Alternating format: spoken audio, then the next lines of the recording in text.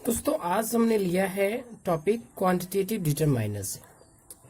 नाम से स्पष्ट है, क्वांटिटेटिव वर्ड बना है क्वांटिटी से। क्वांटिटी बहुत ही प्रचलित शब्द है और इसको आप भली भांति जानते हैं कि क्वांटिटी का मतलब होता है मात्रा या आप कह सकते हैं परिमाण। तो क्वांटिटेटिव डिटरमाइनर्स वह होते हैं जो परिमाण या मात्रा को दर्शाते हैं। एग्जाम्पल के लिए आप लिख सकते हैं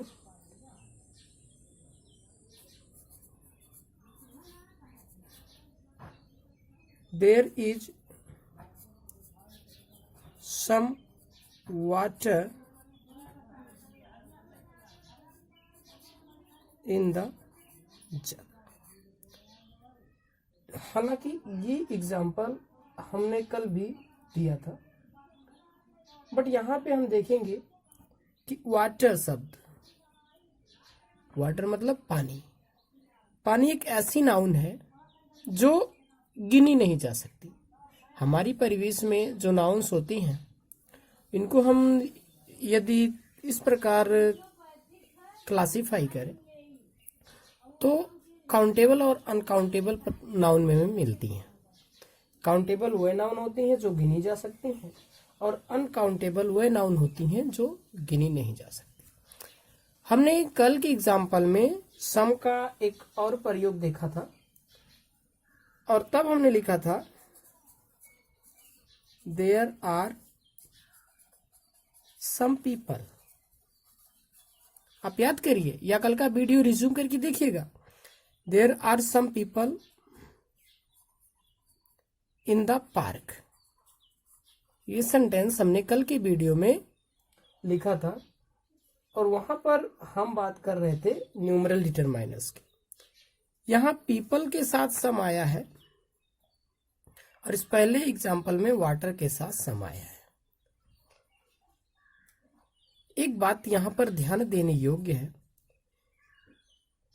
कल के वीडियो में जब हमने पढ़ा था सम का प्रयोग न्यूमरल डिटरमाइनर के रूप में, तब सम का प्रयोग प्लूरल काउंटेबल नाउन के साथ आया था। लेकिन यहां सम का प्रयोग ऐसे नाउन के साथ आया है जो प्लूरल नहीं है। ये हमेशा सिंगुलर रहती है क्योंकि इसे यहां पर गिना नहीं जा सकता सेंटेंस में प्रयोग के अनुसार। अतः यहां पर सम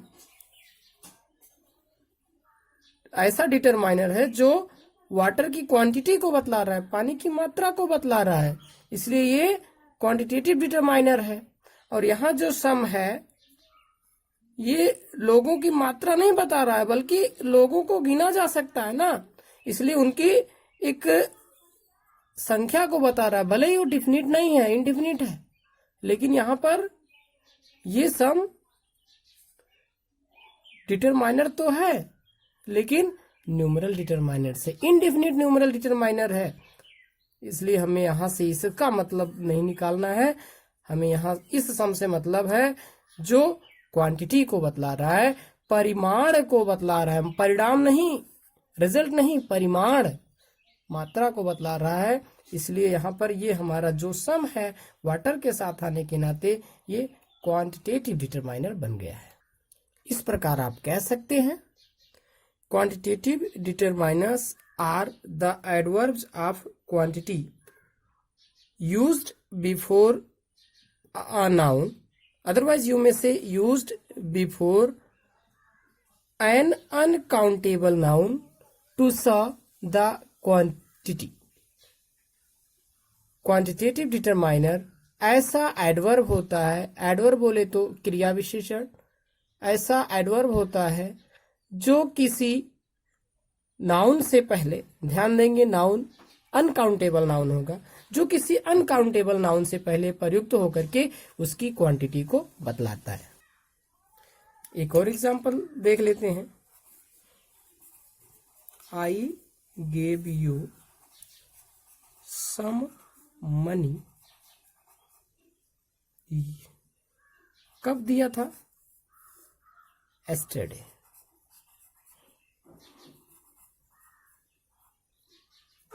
आई gave you some money yesterday, मैंने आपको कल कुछ धन दिया था। तो यहाँ धन का मतलब धन को गिना नहीं जा सकता। मैं आपकी कंफ्यूजन को यहाँ पर क्लियर करना चाहूंगा। रुपया को गिना जा सकता है, लेकिन धन तो ना गिनी जाने वाली संज्ञा है। यह एक ऐसी संज्ञा है जो अचल संपत्ति के रूप में भी हो सकती है, इसलिए मनी कभी काउंटेबल नाउन नहीं होता। इस प्रकार यहाँ पे सम का अर्थ आ लिटिल अथवा आ स्मॉल क्वांटिटी होता है।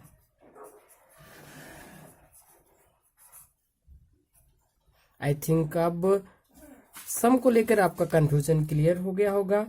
सम यदि काउंटेबल नाउन के साथ आता है तो वह डिटरमाइनर वहां पे क्वांटिटिव डिटरमाइनर ना होकर के इनडेफिनिट न्यूमरल डिटरमाइनर हो जाएगा। लेकिन यदि सम का प्रयोग किसी अनकाउंटेबल नाउन के साथ उसकी क्वांटिटी को बताने के लिए हुआ है तो वह क्वांटिटेटिव डिटरमाइनर होगा। एनी, इसका अर्थ कुछ अथवा कोई होता है।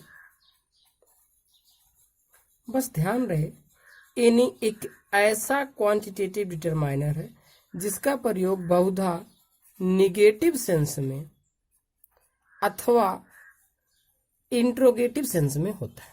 क्वेश्चन मार्क मैंने लगा दिया, इसका मतलब इंट्रोगेटिव सेंस। एनी का प्रयोग मोस्टली निगेटिव या इंट्रोगेटिव सेंस में होता है। एक एग्जांपल देता हूं मैं आपको क्लियर करने के लिए।